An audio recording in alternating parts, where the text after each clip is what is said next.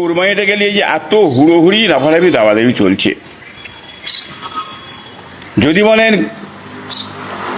গরু আমাদের মা হয় ভগবান হয়, তাহলে গোটা সেদিকে খেয়াল করে ওনাদের মা ভগবান হিসাবে হয়তো আমরা করলাম না, গেলাম না। কিন্তু বন্ধ হতে গেলে গোটা ভারতবর্ষ বন্ধ হবে, খালি পশ্চিমবাংলা নেই।